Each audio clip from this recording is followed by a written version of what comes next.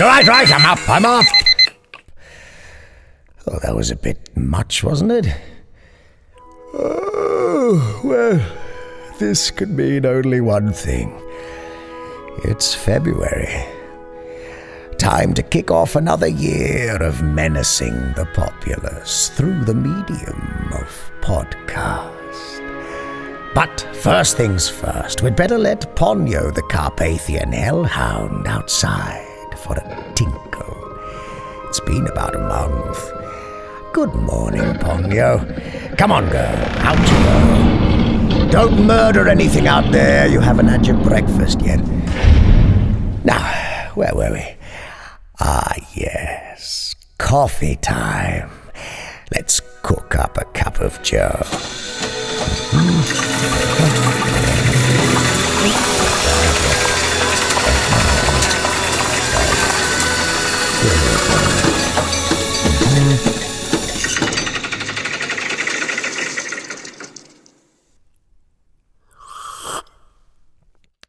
Ah, delicious. And now to the matter at hand.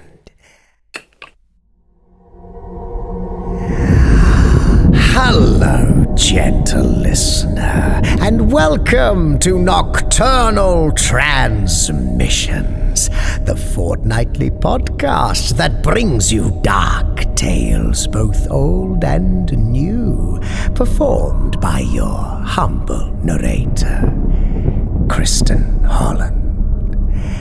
It's 2024, and let me assure you, gentle listener, that we will be dedicating ourselves to ensuring this year is as dread-filled as possible. We take the first step of this bleak journey with a magnificently twisted tale from friend of the podcast, Taija Morgan. So, without any further ado, Nocturnal Transmissions is proud to present Taija Morgan's Gold Digger.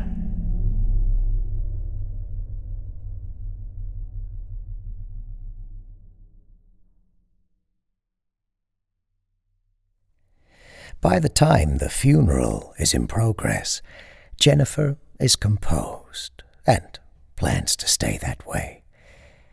Caleb drops her off curbside, doesn't join her. Part of her wishes he would have, just to see their faces. From the funeral home's office, she listens to voices echoing off the pristine marble floor in the lobby. They close in. Sharper, louder, the click of high heels reverberating. Jennifer takes a deep breath, holds it, schools her face. The mahogany door opens. Oh, you've got to be kidding me! His whore? The nerve! Jennifer doesn't turn her head as Barbara stalks into the room. She recognizes the woman's voice from about 1 million overheard voicemail messages. I know you're out with her, Max. You think I don't know what you're doing? The spitting vitriol is no different in person, and, frankly, Jennifer craves it, the way she craves a cigarette between her lips right now.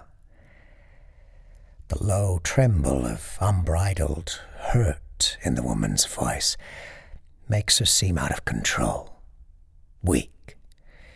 She bears her pain for everyone to see, like an injured deer limping through a field with an arrow in its back.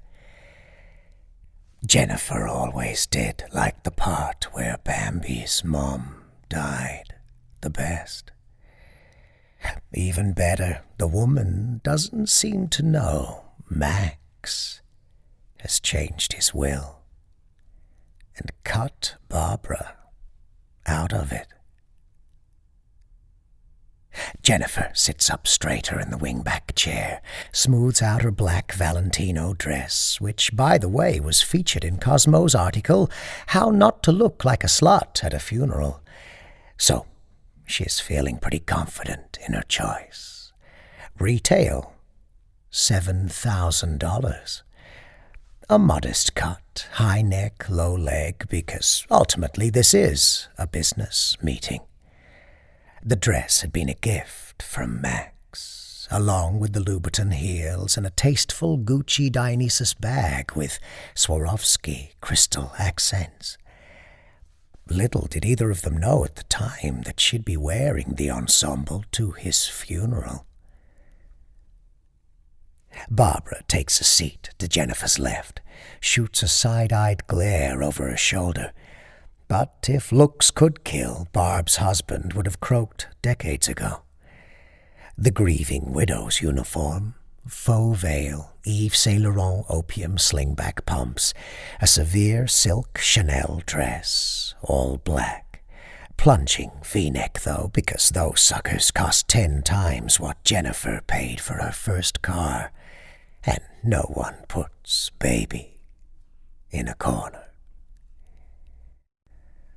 Behind her, Max's 2 grown kids trail in, Sterling and Selena, the latter clutching a white lambskin heart-shaped Chanel bag, gold chain strap, retail $6,500. Matching sandals, a satin and tulle Simone Rocha dress, very much this season, all white, almost bridal. An odd choice for the day of a funeral, but it still provokes a flicker of indignation in Jennifer at not having thought of this particular power move herself. Genius. Selena was the least favored of Maximilian's 2 brats. The way she slams that Chanel bag on the desk before sitting says it all, and more. A scowl puckers her lips. Sterling is wearing an Armani suit, simple lines, a casual, sure, I'm grieving, but I have to catch the next flight to Ibiza with the boys vibe that Jennifer doesn't hate. Handsome, like his father. The lawyer strides in next, grey hair pulled back in a low bun, vapid and unmemorable. Max had specifically requested the reading of the will to occur right before the wake. A surefire way to spark an explosion of drama. Intentional, no doubt. He'd have loved this. The thought leaves her oddly empty, but she shakes it off. Jennifer's ready to look surprised at the announcement, planning an open-mouthed "oh" shaping her coral lips, paired with raised, perfectly arched brows, a quivering hand to her chest to really sell it. "What? It's all for me? Oh my, I had no idea. I'm so overwhelmed." The lawyer adjusts her glasses, and time stretches languidly in the air between them. A tense silence grips the space as the lawyer clears her throat and begins the reading of Max's will. Selena is the first to snap. "What the hell am I supposed to do with a house in Malibu? I told him I wanted the villa in Italy. Doesn't anyone care what I want?" The 25-year-old's shrill voice leaves the room's stained glass windows vibrating. Technically, Selena has a year on Jennifer, a point of irritation on the girl's part. But she has nothing in actual life experience. Looks like a toddler playing dress-up in Mommy's closet. "Selena, please," the lawyer intones. To the young man next to Selena, she says, "Sterling, your father left you his prized car collection." Great," the boy mumbles, thumbing his iPhone screen. "The upkeep on that alone will bankrupt me." Typical. The lawyer's French-tipped nail runs down the paper. And the rest of Max's estate goes to... Jennifer's breath catches as a future laden with yachts and summer houses sprawls out before her. His spouse, Barbara. The declaration hits Jennifer like a bucket of cold water over the head. She doesn't have to orchestrate the dropped jaw or the raised brows. What? She's on her feet in an instant, composure abandoned as her heart trips into a gallop. Did you expect something else? Barbara asks. A slow grin crawls across the woman's wrinkled lips. Jennifer's hands clench at her sides. That's wrong! It's supposed to be... Barbara flutters a silk handkerchief in front of her face, throws her head back like she's in a period drama. Will someone remove her, please? Honestly, no one has any consideration for my poor nerves. All eyes turn to Sterling. He glances up from his phone, shrugs and stands, reaching for Jennifer's bicep. She jerks away. You can't do this! Her voice is too high now, the slap of the news still resounding. Max and I, we're in love! You need to leave, the lawyer says. But she can't. I have a right to say goodbye to him, as much as anyone. Sterling's loose hand falls away. He looks to his mother, his sister, the lawyer. The lawyer stands. The body is in the viewing room. You have 5 minutes. Okay, love may have been an overstatement. What Jennifer and Max shared was an investment. And really, what was love if not an investment? She'd done her part, and in the end, the fucker screwed her over. The house, the bank accounts, the investment properties, the 401k, they should have all been hers. Fair compensation for her considerable labor. In the viewing room, a handful of mourners are gathered to say their goodbyes, mostly standard fair old white guys with their occasional Stepford wife. The undulating wave of black dresses and suits parts around Jennifer as she enters. The room smells sweet, a potent mixture of flowers, cologne, and a few swirling tumblers of bourbon in the mourner's hands. Lilies and roses are stacked high near the platform where Max's coffin rests.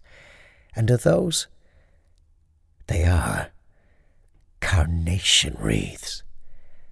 How unexpectedly pedestrian. The florist must have made a mistake, or perhaps the funeral director allowed some of the common rabble to send their condolences. He was a popular man, after all, respected and feared, if not loved. But he'd have hated those carnations, and so she hates them for him. Jennifer shoves past the other mourners and strides up to the coffin. Hot tears burn her eyes when she sees him. You bastard! You goddamn bastard! It isn't fair. Blinking hard, she glances around. Eyes flicker her way, pretending they aren't watching. A shed tear would sell this well, but she can't do it. Didn't wear the waterproof mascara today. A massive oversight. She turns her gaze back to Max. He looks more alive than the last time she'd been with him. A red dye mixed with the embalming fluid replicating the effect of blood flowing through his veins. So realistic she could reach out and touch his cheek, expecting it to still be warm. But 'tis so still, so impossibly still that something in her guts revolts at the thought. He lounges in a handcrafted solid bronze coffin with velvet interior and gold-plated detailing, the Cadillac of burial options. $30,000 they were shoving in the ground right there. And for what? A pretty box for Max to rot in. Her stomach is a sunken pit as she takes him in. It's an uncommon choice, the 6-sided coffin over a standard rectangular casket. No doubt custom-made. But the tapered shape makes his shoulders seem broader, a touch statelier, and Jennifer wonders if he could have planned that somehow. If he has planned every tiny detail of this day to play out exactly the way he wants, even if he's not around to see it. He's wearing a single-breasted wool and mohair Prada suit, another $4,600. Salvatore Ferragamo plain-toe Oxfords in polished calfskin leather, clocking in at a mere $1,900. And was that? Yes, 18-karat gold Dolce & Gabbana cufflinks with inlaid rubies and a matching tie bar. An easy $6,000. Jennifer's breath catches. They couldn't possibly be burying him in the cufflinks. His wedding ring is there too, and on his left wrist just the flash of something gold under his cuff. With a quick glance side to side, she snakes her hand into the casket, tugs at his sleeve. His favorite gold Rolex. Retail, $130,000. The room spins. Behind her, Barbara's venomous voice says, "Time's up, you gold-digging whore." A set of strong arms drag her away from Max's body.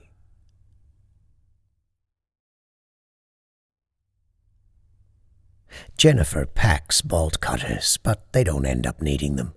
Larry, the security guy, is an easy bribe. Jennifer's flashlight illuminates the rich green sod overlaying Max's fresh grave. Caleb carries the shovel and a backpack. This is it. Jennifer stamps out a cigarette as she stares up at the tall granite pillar marking Max's final resting place. The rose-hued stone sparkles with dew. She pulls her leather jacket tighter. A watch can't truly be worth this violation, Amore. Caleb scratches at the stubble along his sharp jaw, his brown eyes serious. She huffs in his direction. Trust me, it is. How much are we talking about, then? Jennifer hesitates. She's not sure why, but they're in this together, so he might as well know. $130. $1,000. Caleb stumbles backward a step. You really think they buried him with it? Surely they'd have removed it after the viewing. Jennifer doesn't know for certain, but something burns in her chest, and maybe it's hatred or rage or nerves, but whatever it is, she needs to exercise it, and can't stop until she does. Only one way to find out. Help me roll the sod back. Caleb drops the backpack and the shovel next to the granite pillar. Together they pull at the grass seam, rolling the unrooted earth back like a heavy blanket. The surrounding grass is still trampled from the crowd this afternoon, a soiled tissue crushed into the ground near the pillar. "You sure about this, Amore?" Caleb wipes at his forehead, though the air is chilled. "Seems a bit morbid, no?" "He owes it to me." "What if the body's all, rotting and stinking?" "It won't be. He was just embalmed." "I just mean, does it have to be today? Couldn't we think on it a little while? If the watch is even there." Jennifer doesn't answer him. This is the best shot they've got. The loosest the dirt will ever be. The best Max will ever smell. Jennifer grabs the shovel and holds it out to Caleb. Caleb raises his hands, shaking his head. "Oh, no, I cannot. My carpal tunnel." Jennifer frowns. Caleb steps forward, placing his hands on either side of her face and leaning in to kiss her forehead. "Don't be mad. I'll keep you company. Serenade you with the poetry I've been working on." Jennifer sighs. She sinks the shovel into the still soft earth and begins the slow, painstaking process of digging down to Max's dirt-clogged coffin. Hours later, Caleb's voice is hoarse with his recitations, and Jennifer is physically exhausted. The squelch of mud sucking at the shovel has worn her down. Dirt cakes beneath her broken nails, manicure ruined beyond repair. Her discarded jacket lay at the rim of the freshly dug grave, high above her head, and severed worms litter the earthen walls of the hole, still wriggling. Above her, on the other side, a mountain of displaced earth threatens to spill back into the hole, a landslide waiting to happen that leaves her knees quaking with the risk. She flicks an ant off her arm, slaps another when its mandibles nip at her flesh, then hands the shovel back up to Caleb. She fiddles with the locking mechanism at the base of the coffin until she hears it release, but the solid bronze lid is so heavy, her arms so rubbery, she'll need extra leverage. Standing astride the lid of Max's coffin, Jennifer calls up to Caleb. "I need the pry bar. See?" Jennifer jumps as it lands with a clang against the metal lid beneath her. Lifting her filthy hand to her eyes, she can barely make out Caleb's shadowed form above her in the darkness, looming against the moon's dull light behind him. She shakes the stringy hair out of her face and grabs the bar, positioning it into the seam of the coffin lid and leaning all her weight into the awkward angle. There's an audible pop as the rubber gasket sealing the coffin releases. With a loud groan, the coffin opens. Jennifer is breathing hard, panting both from the workout and from anticipation. She lifts the heavy lid, stepping over it in the too tight space and registering just how deep she is, how dark this pit is, how close the walls are on either side of her. And can she breathe? Why can't she breathe? Don't panic. Flicking on her flashlight, she directs the beam onto Max's dead face.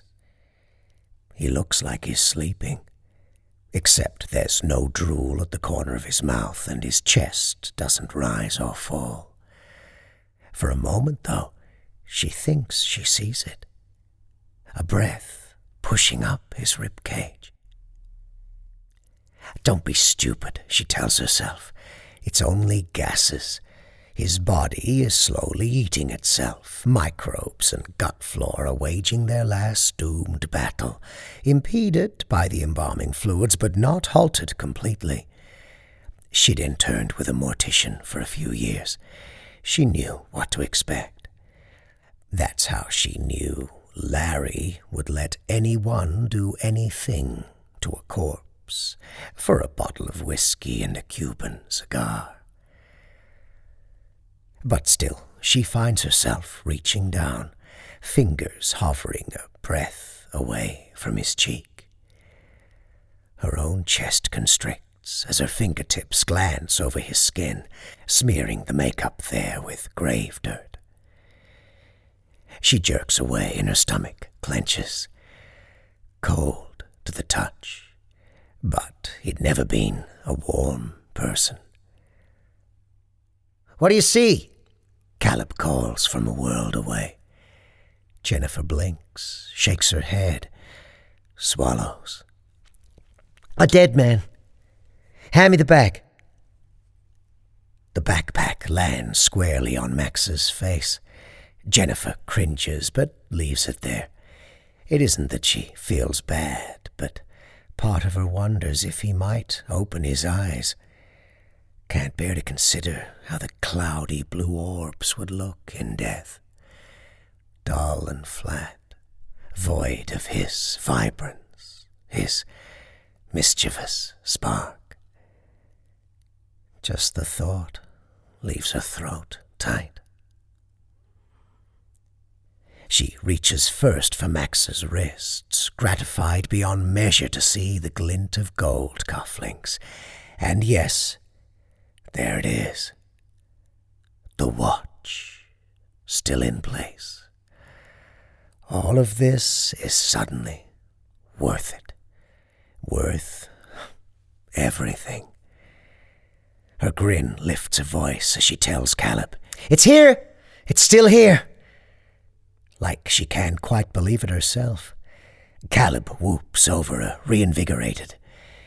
She slips the antiquated coin cufflinks free and palms them, leaving dirt on the pristine white fabric of his dress shirt. He'd have hated that. The skin beneath his cuffs is a sickly marbled hue. No makeup there to cover up what death really looks like.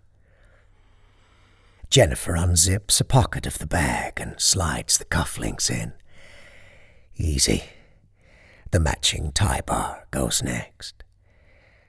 This close to him, she can smell the metallic tang of the bronze coffin, the wet earth of the grave, and beneath just a phantom edge of rot.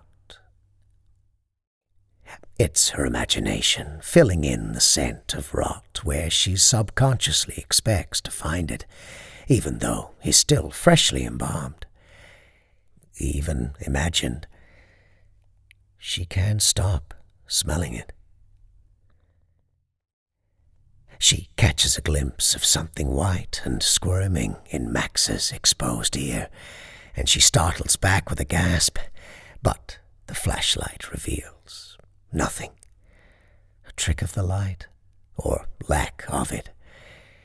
She swallows down the bile at the back of her throat, trying not to think about maggots in Max's orifices, or the sensation of maggots wriggling under her own skin. Inhaling deeply, she rolls up the cuff on Max's left wrist.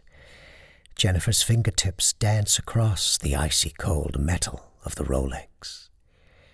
A chill flickers up her spine.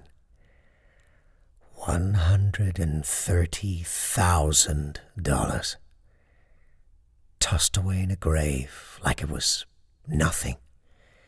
As if the dead had any use for it. It was Max's favorite, but it wasn't his most expensive watch. He had a few in the $500,000 range, but this one he'd won it, cheating at a poker game. Gave him a certain thrill to wear, since he took it away from someone else. This was his walking around watch, something his family clearly wouldn't miss any more than they missed him. She slides it off and adds it to the bag. It feels anticlimactic, despite the exhilaration sweeping through her veins now. The thrill isn't enough. No, She's not finished here. Not yet. The flashlight glints off Max's wedding ring. Why they'd bury him with this, too, she can't fathom. It's like they don't want any part of him now. Not the way she does. His family had never really known him, only a curated version of him, a version crafted to perform for elaborate dinner parties and packed boardrooms. She wonders if she really knew him either, but then thinks, yes, I knew you. I did. There were quiet moments between them that were too intimate to be faked, where even she was real and the masks were down. And that had been genuine, that intimacy. Only maybe it was just real for her. After all, he'd managed to fuck her one last time with the will. Jennifer runs a finger over the ring, unsure of its value. Solid gold, to be sure, inlaid with diamonds. She tugs on the ring, but it doesn't budge. He'd never taken it off, not even during all the times he'd slid that finger inside her right up to the knuckle. She'd figured it was a subtle fuck you to his wife, burying that warm metal in a hot 24-year-old. Tugging on his finger now, she realizes the damn thing is just fused in place after so many years with the raging bitch. Jennifer pulls as hard as she can. A popping sound makes her stomach churn, but she still can't free it. She sits back on her haunches, crouched over his lower body, like she had been so many times before. The last time she'd been this close to him, his heart had given out. A thought struck her. "Caleb, we packed those bolt cutters, right?" "Amore?" She pulls the bag toward her and rummages through it, not looking at Max's revealed face.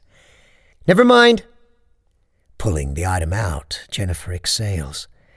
The humiliation from earlier in the day still stings, vivid and hot. She turns the bolt cutters over in her hand. "You bastard. You did this to yourself." Caleb's head peeks over the edge and the beam of his flashlight hits her, startlingly bright. She flinches, suddenly seeing herself being seen like this, hunched over the dead body of her lover, smeared in graveyard dirt. She squints against the glare, covering her eyes, shielding her gaze from meeting his. When he lowers the beam, she sees his frown. "Bolt cutters?" She lifts Max's heavy hand from where it rests over his chest, positions it. "The ring. It's stuck." His eyes widen. "Just leave it," Caleb pleads, sounding distressed, as if her plan wasn't what was going to get them both set up with a new life in the city, help him get his poetry published. "What?" She scowls. "Don't be ridiculous." "We have what we came for." Jennifer shakes her head, dirt-laden hair slapping her cheeks. His family didn't even want this ring, buried it, as if they could throw it away, throw him away. This ring should have been hers. Her eyes fall on Max's now uncovered face. "No, it's mine. He's mine." She touches something inside herself then, a well of grief she hadn't expected beneath the indignant rage. Fingers skimming the surface of that water, so cold, so deep. Her throat tightens, and it's as if she feels his hand on her skin, brushing her neck, squeezing. "I'm yours," she had told him once, in a whisper. She swallows hard, wills it away. It's not as if she loved him for real. This was just business. She shifts her center of gravity for the leverage, digging into the velvet cushioning on either side of him with her knees, bruises still aching there from the last time she'd knelt in front of him. Holding tightly to Max's cold, stiff finger, Jennifer sinks the bolt cutters down. She doesn't look away from his face, in case, God help her, he winces. But he doesn't. The bone crunches. The finger comes partially away, but not entirely. After all that digging, her grip is weak. She's forced to saw at it with the bolt cutters, pulling at the dangling flesh and muscle until the finger is finally free, and his hand flops to his side. Bile burns the back of her throat again, and when she stops, she's shaking. With trembling hands, she slips the ring off the dismembered finger and drops it into her palm. It's beautiful, she realizes. She's never noticed that before. Not a designer brand she recognizes, but still beautiful. Settling the finger onto the velvet next to his head, she scoops up her flashlight and examines the gold band. Inscribed on the inside are the words, Amor Eternus. Eternal love. Barbara must have chosen it, knowing Max's fondness for Latin. The thought sours Jennifer. Had it been Max's choice? Jennifer is sure he'd have used his favorite phrase, amor et mele et fele et fecundissimus, which he'd always wryly translated as love is rich with honey and venom. Far more fitting for their marriage. Jennifer balances herself with one hand on his broad chest, wonders briefly about the trocar incision that would be hidden beneath his shirt just inches below her hand, where the mortician suctioned fluid out of his organs during the embalming process, the way plastic surgeons liposuction fat. Her lips are tingling, numb, as she calls up to Caleb. "I got it." Caleb groans. "I can't do this anymore, Amore. I'm done." But she can't leave. It's not enough. "I think we could take the suit, too. The tie, the shoes. We should take it all." "Jennifer," he says, "don't you hear yourself?" She tugs at Max's red Tom Ford tie, remembering the smooth silk beneath the pads of her thumbs the last time she'd tied it for him. The way he'd smirked at her as she straightened it.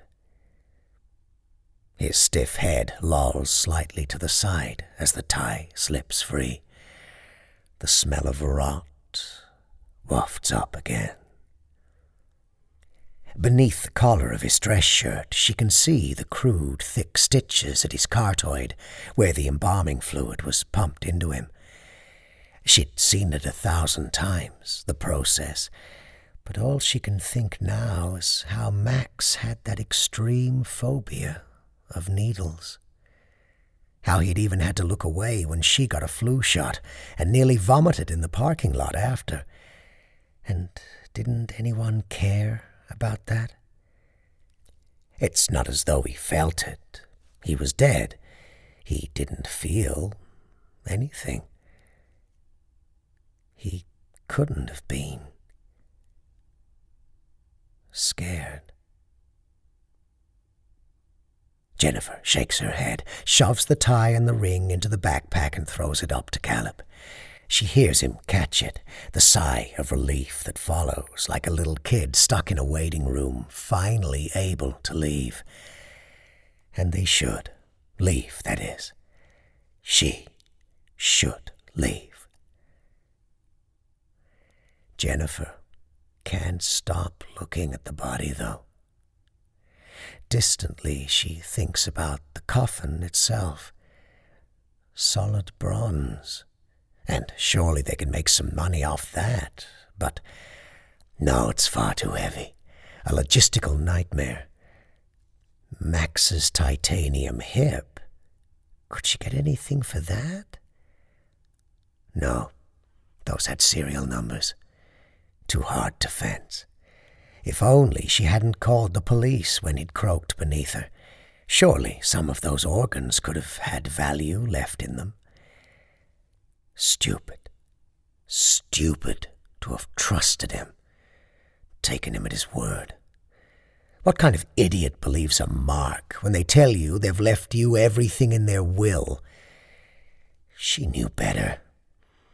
Well, now she'd never make that mistake again. Get paid up front, sweetheart. Max's boyish grin flashes through her mind. The glint of his gold tooth. Gold tooth! Jennifer stills. She squats again, reaches, thumb outlining the shape of Max's lips, pulling them back into a snarl. There it is, a gold canine. She thinks of his teeth sinking into the flesh of her shoulder, just enough to hurt, to mark, to push her over the edge. She bites her lip. How much would that tooth actually be worth? Compared to the watch, nothing, a pittance. But all of that she'd sell, pawn, fence, whatever she could manage. Then what is she left with? She needs more. She needs everything. Caleb's voice carries down again, but she can't make out his words through the blood rushing in her head. He sounds angry. She thinks he's saying something about the watch and a plane ticket and forgiveness. She clears her throat. I'm almost done. Above her, grass rustles. Maybe he's leaving. But she can't leave. She won't. All she wants is a part of him to keep, to hang on to. Something that was just his. No ties to his family, his wife, his business. Something that can be hers. Her fingertips brush over his lips. Jaw in her hands. She tries to open his mouth, but can't. Wired closed for the wake. She tugs his bottom lip down and sees it now. 2 wires anchored into his dry gums, top and bottom, like the bars of a cage. She knows what it feels like to be caged. The hole around her seems small and tight as she thinks about it. All she can smell is the heavy, musty scent of raw earth and that hint of rot. So overpowering, she feels sick with it. She pulls her hand back but leans her head closer to Max's. Red ants march across the velvet near her mouth, mandibles snapping. I hate you, she tells him, whispers it against his ear, wonders if he'll hear her somehow. And no, she is lying.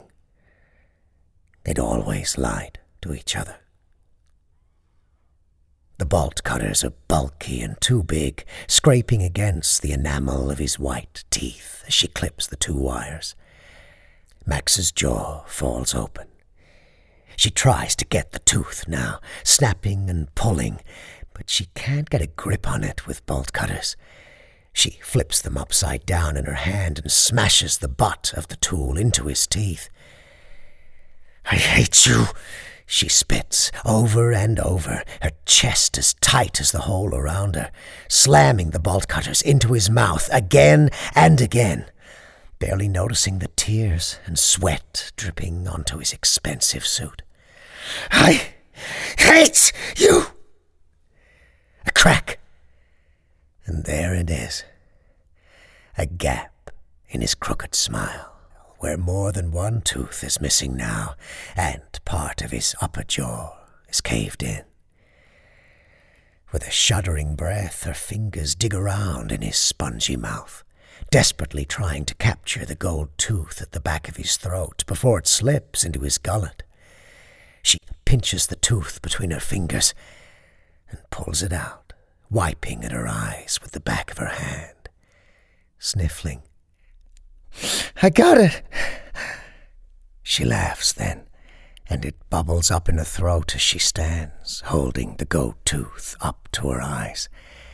It gleams in the soft moonlight. It feels like deliverance. "I got it, Caleb! It's mine! It's mine." The crack of the shovel against her skull snaps her head back so hard that she hears a crunch, feels it like fire whipping through her whole body along the cable of her spine. She's lying on top of Max, staring up at the night sky, before she even notices Caleb standing high above her, shovel in his hands. Carpal tunnel? Not with that swing. She tries to move. Can't. That's when the fear hits, sudden like a dam breaking. She can't move. "I'm sorry, Amore," he's saying, a distant noise in her ringing ears. "I don't have a choice, can't you see? The money, it won't last split 2 ways. I need this. You see that I need this more, don't you?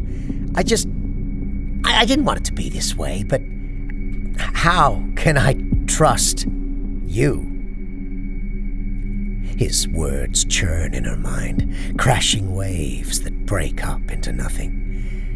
Beneath the swell of noise, she hears something else.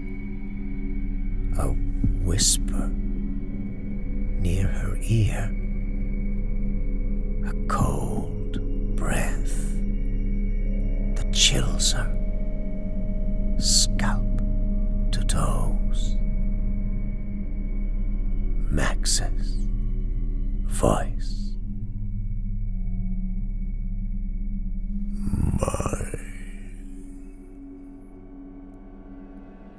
She tries to scream, but she can't move. Short gasps rack her chest and tears leak out the corners of her eyes, dripping into her hair and onto Max beneath her. The gold tooth is cupped in her open palm. The first shovelful of dirt lands on her from above as the scent of rot rises once more, and a cold hand with one missing finger tightens around her wrist.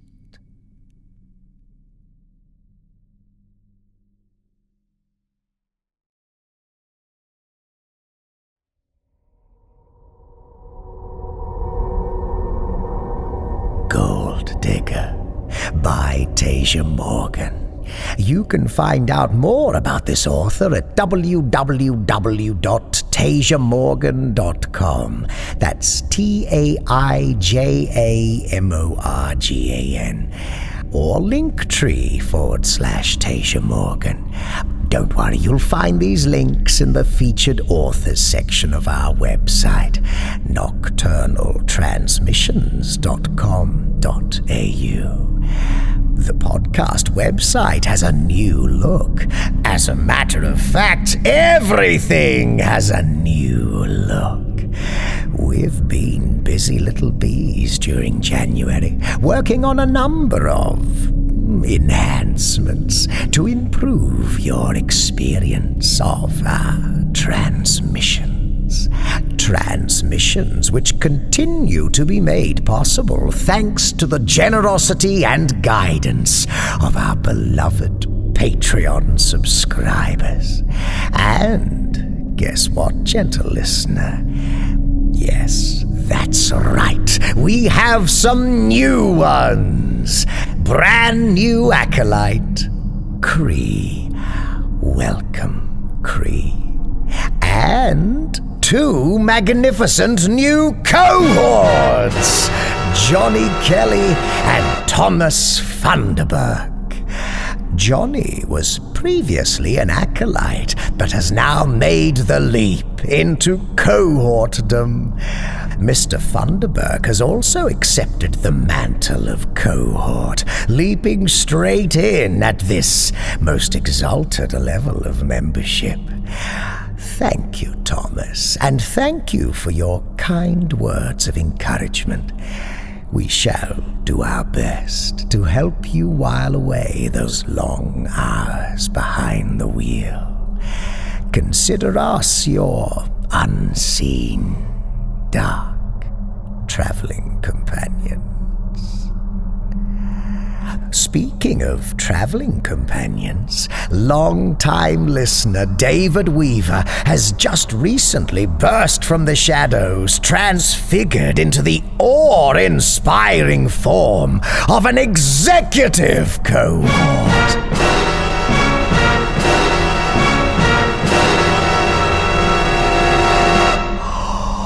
David, you wonderful, reckless fool, you. You are something else, dear chap. It's good to know you're out there listening. Your extraordinary support is just the sweet icing on the cake. Bless your black little heart. Johnny, Thomas, David, you marvelous creatures, thank you from the bottom of our black little heart. We're thrilled to have you joining the other luminaries in our Nocturnal Transmissions pantheon of cohorts. Luminaries such as Amanda Moore, J.B., shh, just listen, Arnie Frank, Daniel Kamionkowski, Brett Allen, The Traveller, Adam, Robert Troy, Hampton Peterson, Alexis Nolasco, Boole Swivney, Rachel Brown, Wildy, Evan Dooley, Daniel Clanton, Sam Hankins, Tippy Polo, Fabled Words, Mudkip, Azaran Warrens, Alex Brewis, Wayne Prince, Kel Wielden, Alicia Townsend, and now, of course, you three, Johnny Kelly, Thomas Funderburk, and executive cohort, David Weaver. And now we must draw the curtain on this, our first transmission of the year.